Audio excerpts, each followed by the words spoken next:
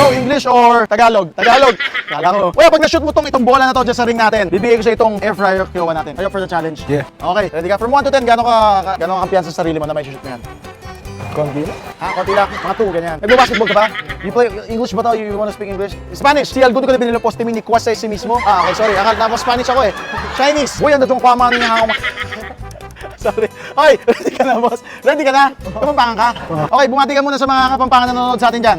Hindi kapampangan, sige. Pag-viral to, kapampangan. Uy, what's up? Hindi naman kapampangan, English yun eh. Okay ka na, ano pa nantay mo? Itira mo na yan. One shot, let's go. Siya na kayo makapagpauwi. Oh! Congratulations! Palakpakan natin. Anong pangalan mo, kuya? Aldrin Maniton. Aldrin, na-capture naman, di ba? Nasumok talaga, Aldrin. Congratulations! You won this Kiowa Air Fryer. Ang galing. Anong ginawa mong technique doon para ma-shoot mo yung bola na yun? Tipag at tsaga lang, mga ganon. Ginamitan mo ba ng lakas, ng talino yung pagtira mo? Talino tsaka pagsiseryoso. Ay, pagsiseryoso. Okay, ano ba yung atay mo, kuya? Wala nang patutsyada. Sa'yo na ito kagad. Kiowa Air Fryer.